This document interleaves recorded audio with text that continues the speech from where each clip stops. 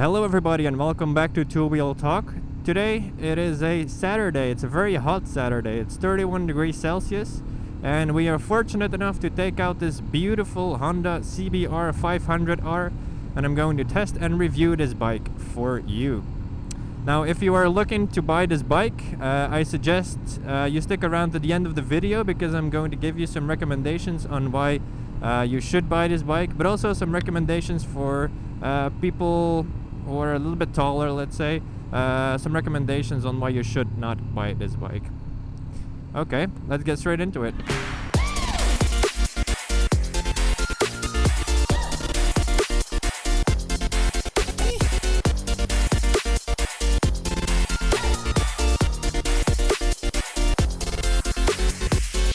Okay, let's start off with the name, Honda CBR500R. You know, or you don't know, but Honda likes to play around with the names a little bit. So you have the CB, you have the R, and you have the double R. And every abbreviation has its meaning. The CB stands for city bike, the R stands for racing, and the double R stands for race replica or race ready. So today we are taking out this Honda CB, so the Honda City Bike Racer, equipped with a parallel twin producing 47 ponies with a 471cc. So if we look at the design and aesthetics, the first thing that I noticed when I looked at this bike is the fact that it's very sporty. So this is the second entry-level bike to Honda's sports lineup. First you have the CB300 and this CB500 is the second entry-level bike, so it's a beginner bike. It's an A2 bike, but I really like the design. I would go as far as saying that the design of this bike is its unique selling point. If you are looking in different bikes that you want to buy, and the CB500 is one of them, the design could be the decisive factor in your decision making. As I said, the design looks very sporty, looks a bit aggressive. I am bent over a little bit, but not too much, where my arms are really comfortable. There's a little bend in them, so actually a very comfortable riding position. I would say if I drove this bike for a couple of hours, I would not get any back pain. Also, the cushion is really nice. So that was the design. Now the second thing I really like about the design of this bike is the color scheme. This bike comes in 3 colors. You can choose for this full black version, like the one I'm on right now, or you can go for the Honda red version, or you can go for the gray metallic version, a really nice color in my opinion. Now a little detail in the design that I really like is the fact that they put like kind of bronze color on the engine. Just a little detail, makes the engine pop out. What Honda did really well on this bike is the design of the lights. I really like it. Like the big lights in the front, it's really aggressive, but also the blinkers, because I tend to really dislike the way brands design the blinker. They make like these big light bulbs on the side of the bike, but this one is really sleek, really in the flow of the bike. LED, very small, very subtle. I really like the blinkers. Yep. Now the riding experience. I have been riding this bike like a half hour right now, and the riding experience is really great. As I said, the seating position is nice, but let's not forget this is a entry-level bike. So it's an A2 bike. It's actually a beginner's bike, so it does not have crazy power. Do not expect too much from this bike, but I have to say it packs quite the punch if you tap on its tail. For a beginner, that's certainly quite okay. The handling of the bike is also really good. I have to say that we have been driving on these twisty roads, and it feels really comfortable. It's really really easy to drive, and that's no surprise actually, because Honda made some changes to the bike to improve its handling. I will come back later in this video what changes they made, but I just wanted to say right now that the handling is really nice. The fuel tank, it is a 15-liter fuel tank, and I did some research on the fuel usage, and a lot of people disagreed with each other, so I'm just going to take kind of the midway here. It's a 15-liter tank, and it will take you up to 200 miles or 350 kilometers. So this combined with the fact that it's a very comfortable seating position, It could be considered as a commuter or as a tourer bike. You can take it for long rides without any trouble. Now, an important part of the review is the price. It's actually one of the more expensive bikes in its class if you compare it to its competitors. For example, the Yamaha R3 or the Ninja 400 or the KTM 390. Then this bike is quite expensive. Its competitors are between 6,000, 6,500. This bike is a whopping 7,700 euros here in Belgium. So that is quite expensive. Now, the features and technology on this bike.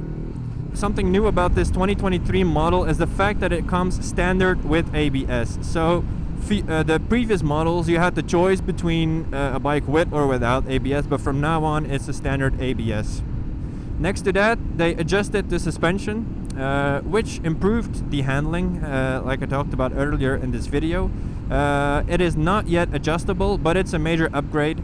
I've heard from people who have driven models from early 20s and this new 2023 model. Next to that, we also have the swing arm, who got some upgrades. They made it lighter, they made it smaller, and they changed the design, which would also improve the handling. So these were the two things that I was talking about earlier. The swing arm that they changed, and the suspension. The combination of both changes would improve handling significantly. What other features? The LCD display. It is not the biggest, but it does what it needs to do. It is very clear. There's a very clear fuel indicator, a gear indicator, which might be an important one for beginner riders. Now, another nice feature to this bike is the exhaust. This is no longer a stock exhaust. The owner put a Arrow exhaust on it, and I have to say, really gives a new dimension to the bike. The stock exhaust is okay. It's not the worst. It's not the best. But with this Arrow exhaust, I wouldn't even say that it's a A2 bike anymore. So let's take a listen to it.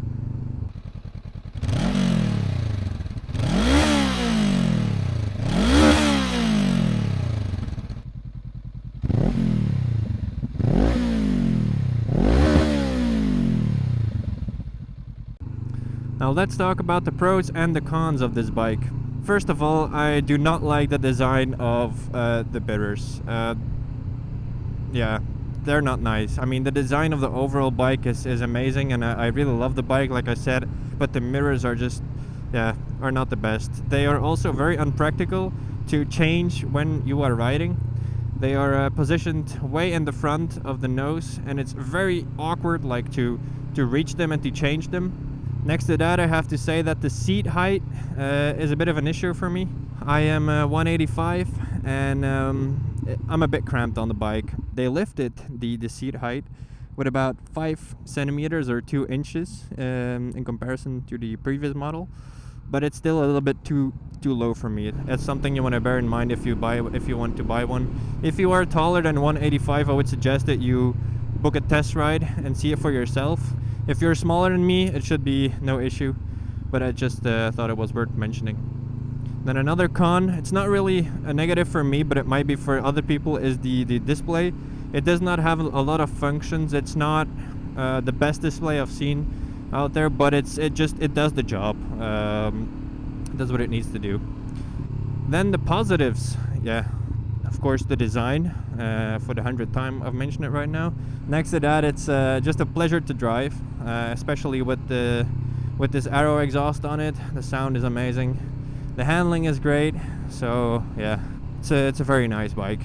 So my final thoughts: if you are looking for a powerful bike and you are a taller person, this is not the bike for you. But if you are a beginner rider wanting to get some experience with some power, but in a civilized way, and you have some extra money that you don't want to invest in other things, then this is the bike for you. The Honda CBR500R really is a magnificent bike with enough punch as a beginner, and I'm 100% sure that you would have an amazing time on it. As I said, this bike does not have crazy power, so let's see what it's got on this little piece of road right here. Let's back up a little bit.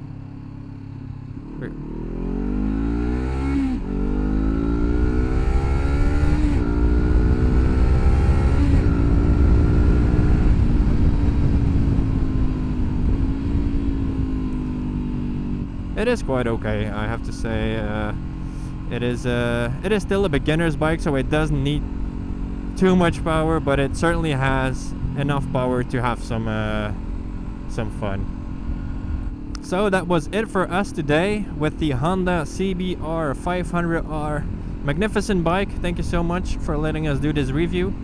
I hope to see you back on the channel. Don't forget to subscribe and like and comment and everything. Click the ring icon so you get notified when we upload new content. It would really help us grow our channel and yeah, keep on doing this test rides and reviews, because that's what we love to do, and we love to create a community with you guys. Thank you so much for watching, and see you in the next video. Bye bye.